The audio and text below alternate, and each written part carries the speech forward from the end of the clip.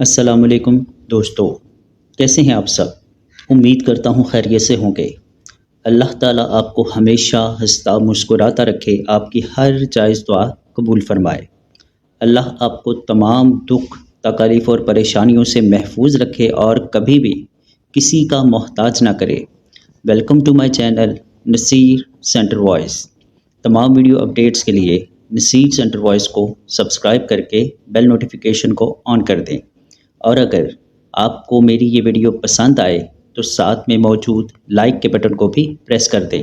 بہت شکریہ دوستو، بڑھتے ہیں آج کی سٹوری کی طرف۔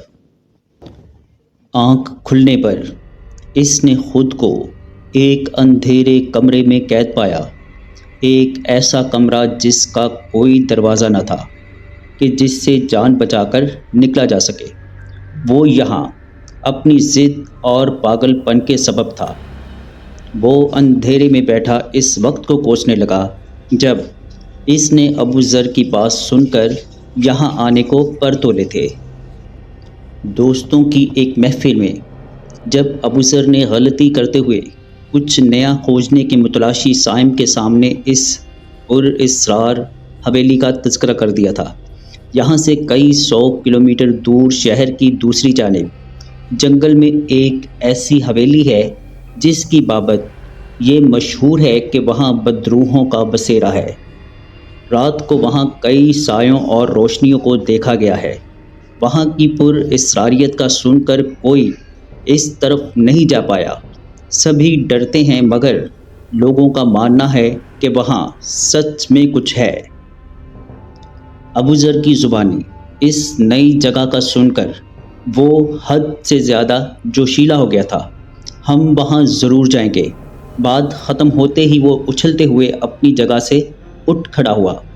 کیا مذاق کر رہے ہو صائم؟ میں وہاں کی پر اسراریت اور روحوں کی بات کر رہا ہوں، تاکہ ڈر کر لوگ اس طرف نہ جائیں اور تم وہاں جانے کو مچل رہے ہو۔ سب کچھ جانتے ہوئے بھی وہاں جانا اپنے پاؤں پر کلہاڑی مارنے جیسا ہے۔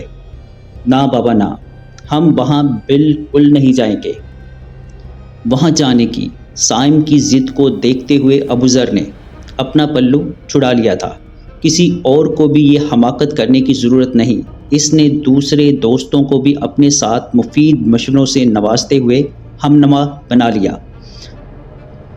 ابو ذر کے سمجھانے کے بعد سب کو بھیگی بلی بنا دیکھ کر وہ سمجھ گیا کہ اب تو اس کے ساتھ وہاں کوئی نہیں جائے گا۔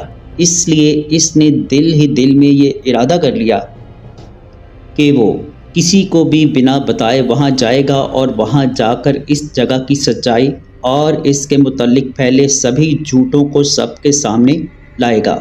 تبھی ان سب کے چہرے دیکھنے کے لائق ہوں گے۔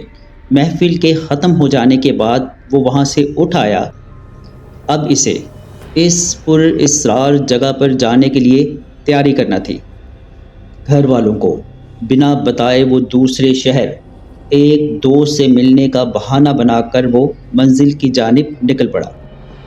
اس کا ارادہ صرف وہاں رات گزارنا تھا، اس نیت کے ساتھ کہ اس پر اسرار کھنڈر نما حویلی میں رات رک کر اپنے ساتھ لائے کیمروں میں رات کے ہر منظر کو قید کر کے وہاں سے کچھ نہ ملنے کے بعد دنیا کو اس کی حقیقت دکھا کر شاباشی بٹوروں گا۔ باپ کی امیری میں اسے پیسوں کی طلب کبھی نہیں پڑی۔ اسے ہمیشہ کھلا جیب خرچ ملا جس سے وہ اپنے ایڈونچرز کے شوق کو پورا کرتا تھا۔ ابو ذر کے اس محفل میں بتائے کھنڈر کا نقشہ ذہن میں رکھتے ہوئے لوگوں سے پوچھتا پوچھتا وہاں تک پہنچ گیا۔ حالانکہ اس درمیان اسے کئی لوگوں نے ممکنہ حد تک روکنے کی کوشش کی تھی، مگر وہ کہاں رکنے والا تھا۔ بار بار سمجھانے پر بھی جب وہ اپنی ضد سے باز نہ آیا تو گاؤں والوں نے اسے یہ سوچ کر جانے دیا کہ جب چھت پہ چڑھا ایک شخص جو بار بار کودنے کی دھمکی دیتا ہے، اسے صرف 1-2 بار ہی سمجھا کر سبق سکھانے کے لیے خود چھت سے دھکا دیا جاتا ہے تاکہ وہ نیچے گر کر اس حقیقت کو جان لے جس سے وہ لوگ مل کر سمجھانے کی کوشش کر رہے ہوتے ہیں اس سے مستقبل میں وہ خود دوبارہ چھت پر چڑھ کر کبھی کودنے کی کوشش نہیں کرے گا اور دوسروں کو بھی باز رکھنے کے لیے تیار ہوگا۔ اسی لیے اس لڑکے کے لیے بھی بار بار بین بجانا عبث ہی ہوگا۔ انہوں نے اسے جانے دیا۔ گاؤں والوں کے پاس بھی ابوذر کی کہانیوں جیسی کئی کہانیاں تھیں۔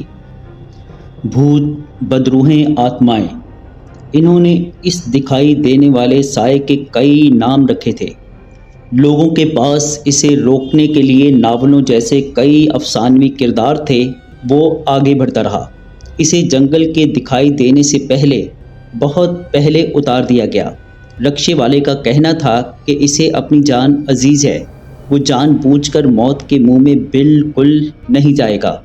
اگر اسے موت کے منہ میں جانے کا اتنا ہی شوق ہے تو وہ خود اکیلا جا کر اندھے کنویں میں گر جائے۔ سائم اس کی بات سن کر ہنستے ہوئے کرایہ دے کر رکشے سے اتر گیا۔ اب اسے پیدل ہی اپنی منزل تک پہنچنا تھا۔ اونچے قدیم درختوں پر مشتمل وہ جنگل بے حد گھنا تھا، جن کی لمبی شاخیں سورج کی روشنی کو بھی زمین تک نہیں پہنچنے دے رہی تھی۔ یہاں بے حد خاموشی تھی۔ اسے اس جنگل میں کسی پرندے کے چہچہانے کی آواز تک سنائی نہ دی۔ سبھی اشارے اسے واپس بھیجنے کے لیے تھے، مگر وہ اپنی مستی میں آگے بڑھتا چلا گیا۔ شام سورج ڈھلنے تک وہ اپنی منزل کے سامنے کھڑا تھا۔ جگہ جگہ سے ٹوٹ پھوٹ کا شکار وہ حویلی کھنڈر بنی بالکل اس کے سامنے تھی۔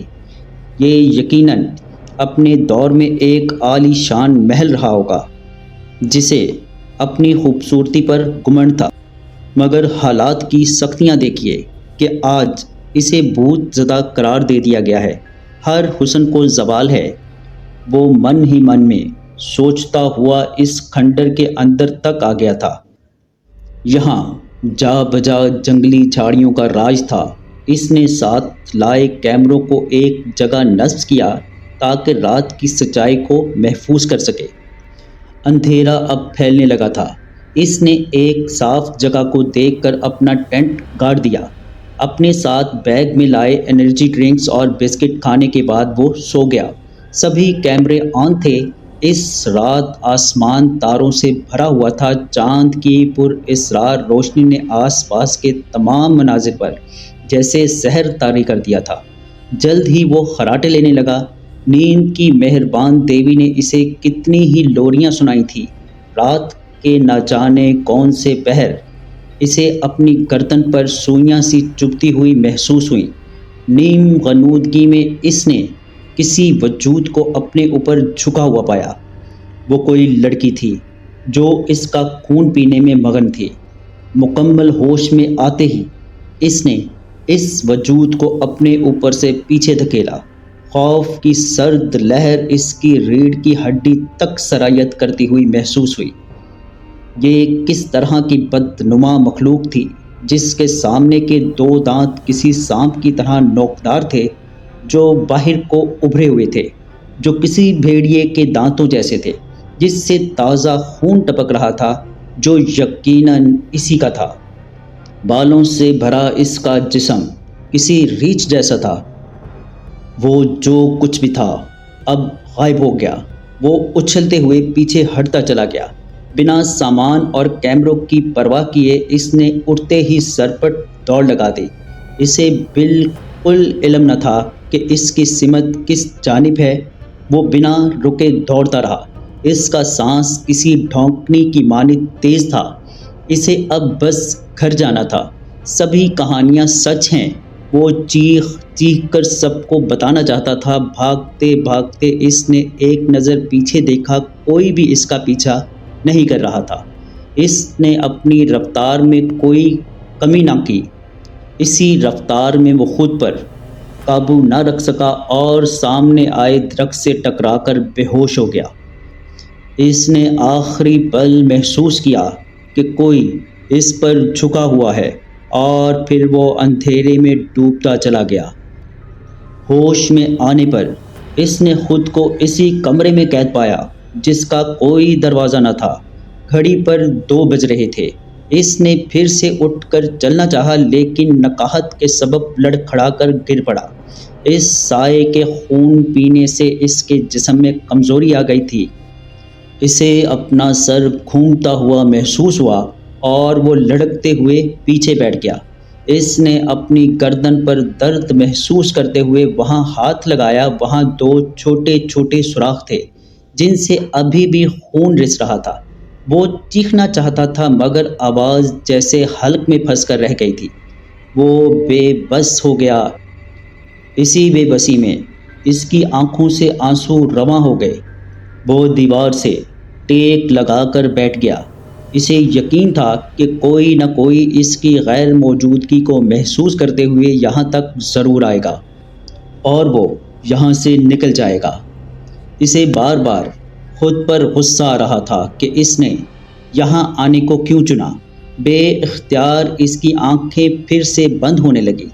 دوسری بار بھی ہوش میں آنے پر وہ اسی کمرے میں تھا اور اندھیرا اب بھی موجود تھا۔ اس نے گھڑی پر وقت دیکھنے کے لیے نگاہ دوڑائی مگر یہ کیا؟ وہ حیرت سے اچھل پڑا۔ گھڑی پر اب بھی 2 ہی بج رہے تھے۔ وقت تھما ہوا تھا۔ یہاں آئے جیسے ایک دن گزر گیا تھا۔ وہ کتنے ہی گھنٹوں تک سوتا رہا تھا مگر وقت ابھی بھی وہی تھا۔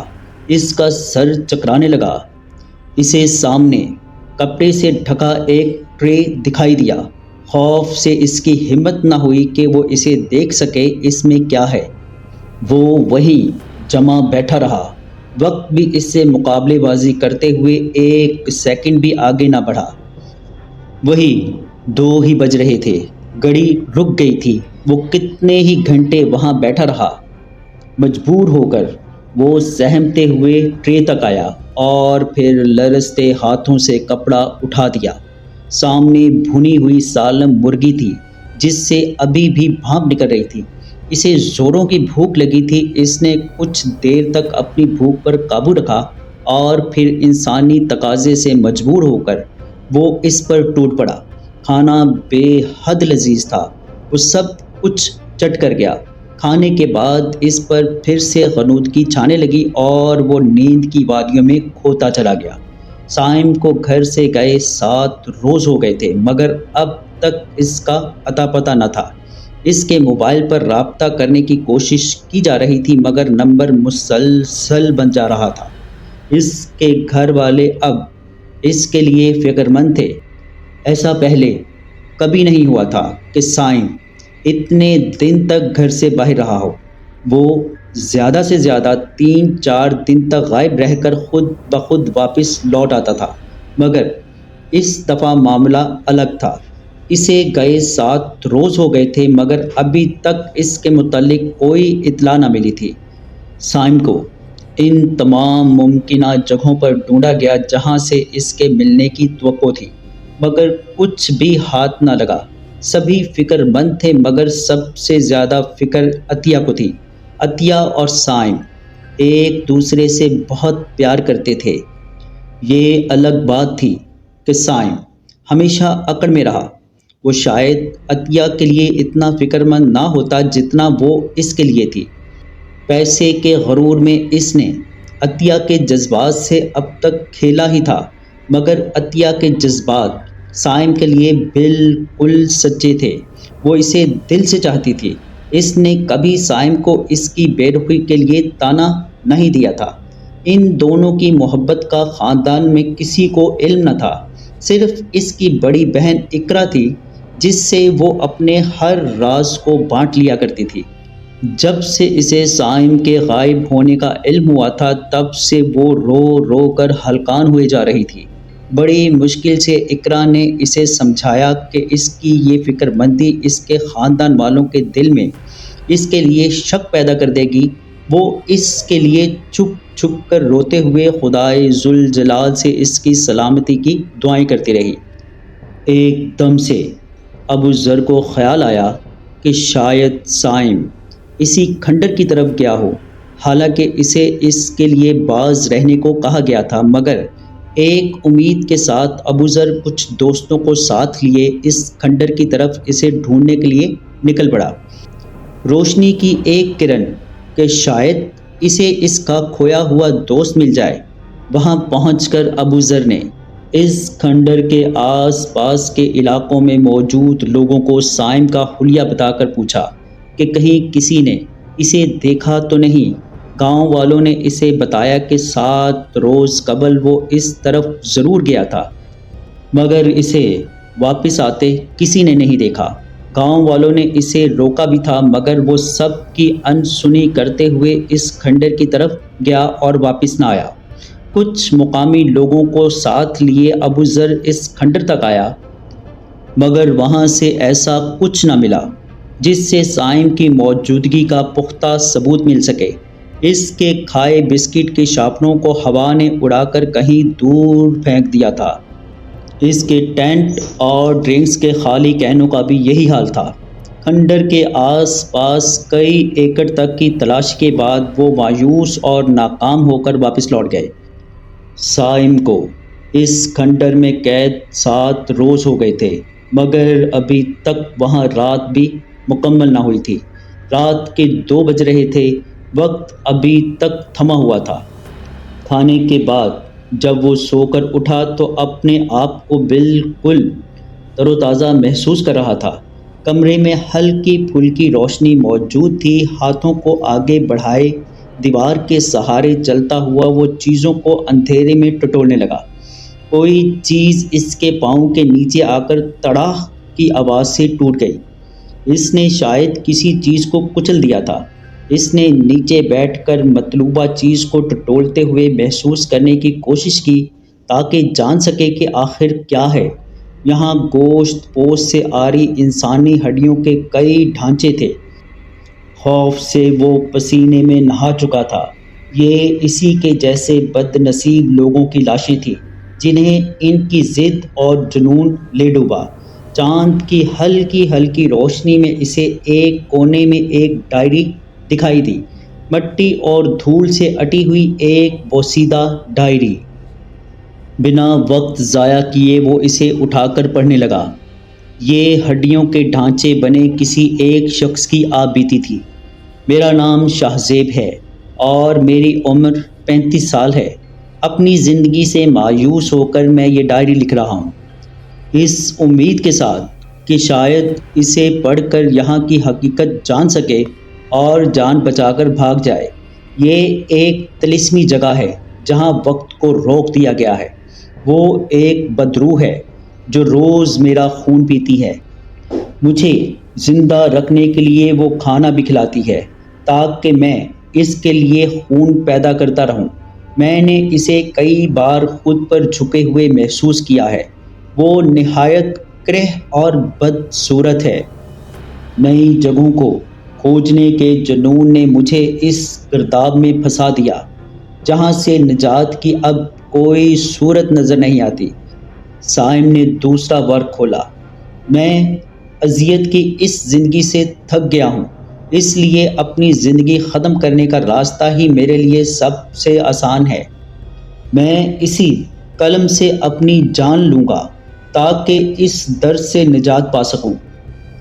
میری نصیحت ہے ہر اس شخص کو جو اسے پڑھے کہ وہ دن ہی دن میں اپنی جان بچا کر یہاں سے نکل جائے، ورنہ رات کا اندھیرا اسے جکڑ لے گا اور پھر اسے اسی اندھیرے میں اس بدروح کی اذیتیں سہتے اپنی زندگی گزارنی ہوگی۔ ڈائری کے آگے ورق صاف تھے۔ شاید لکھنے والے نے اس کے بعد اپنی زندگی سے نجات پا کر سکون حاصل کر لیا ہو۔ وہ سمجھ گیا کہ اب یہاں سے نکل پانا ممکن نہیں۔ ڈھانچے کی گردن سے پینسل کھینچ کر وہ بھی لکھنے کی نیت کر چکا تھا تاکہ اگر کوئی اور یہاں پر پھنس جائے تو اس کے حالات جان سکے۔ اس نے لکھنا شروع کیا۔ میرا نام سائم ہے اور میرے یہاں ہونے کی وجہ بھی دوسرے بد نصیب ڈھانچوں کی طرح میرا جنون ہی ہے۔ میں نے لوگوں کے سمجھانے پر بھی ان کی باتوں پر کان نہیں دھرے اور نتیجتاً یہاں ہوں، اور اب اس کی سزا کے طور پر کسی بھی دردناک انجام کا حقدار ہوں۔ وہ بدروح میرا خون پیتی ہے، مگر میں نے اب تک اس کا چہرہ نہیں دیکھا۔ وہ ایک سایہ ہے۔ میں اپنی زندگی میں شامل سبھی لوگوں کی محبتوں کا قرض دار ہوں، خاص طور پر عطیہ کی محبت کا۔ میں نے اس کی محبت کی کبھی قدر نہیں کی۔ اگر زندگی میں مجھے پھر سے موقع ملے تو میں اس کی محبت کا جواب محبت سے دوں گا۔ اگر مجھے مزید وقت مل پاتا تو اس کے ساتھ کی گئی ناانصافی پر اس سے معافی مانگتا۔ اس نے ڈائری بند کر دی۔ مزید اذیت کی زندگی جینے کی بجائے وہ آج ہر درد سے راحت حاصل کرنے کا ارادہ رکھتا تھا۔ ڈائری کو ایک طرف رکھ کر اس نے اپنی آنکھیں موند لی۔ اسے اپنی گردن پر پھر سے وہی ہلکا ہلکا سا درد محسوس ہوا۔ وہ سایہ اس کا خون پی رہا تھا۔ وہ بے بس لیٹا رہا۔ خون پی لینے کے بعد جب وہ اٹھ کر کھڑی ہوئی تو سائم نے اپنی گردن پر موجود 2 سوراخوں میں سے ایک سوراخ میں زور سے پینسل گھسا دی۔ اس کی آنکھوں کے آگے پھر سے اندھیرا چھانے لگا۔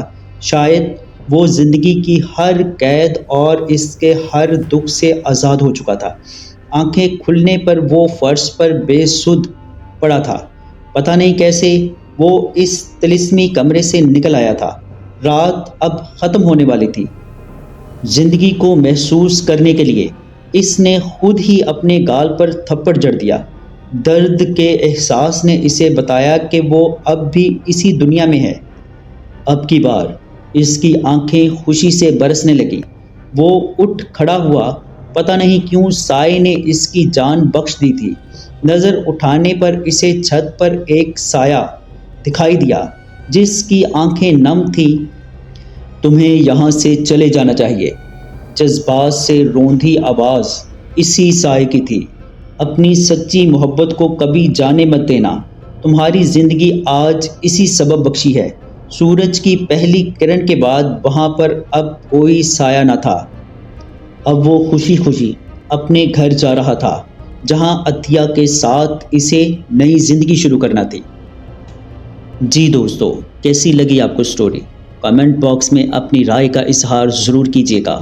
اگر آپ یا آپ کے کسی جاننے والے کے ساتھ کوئی ایسا خوفناک اور ناقابل فراموش واقعہ پیش آیا ہے اور آپ اسے ہمارے ساتھ شیئر کرنا چاہتے ہیں تو نیچے ڈسکرپشن میں موجود میرے واٹس ایپ نمبر یا پھر ای میل ایڈریس پر ہمارے ساتھ شیئر کر سکتے ہیں۔ اپنا اور اپنے گھر والوں کا بہت سا خیال رکھیے گا۔ مجھے اور میرے گھر والوں کو اپنی دعاؤں میں یاد رکھیے گا۔ اللہ نے چاہا تو ملتے ہیں کسی اور خوفناک سٹوری میں۔ تب تک کے لیے اللہ حافظ۔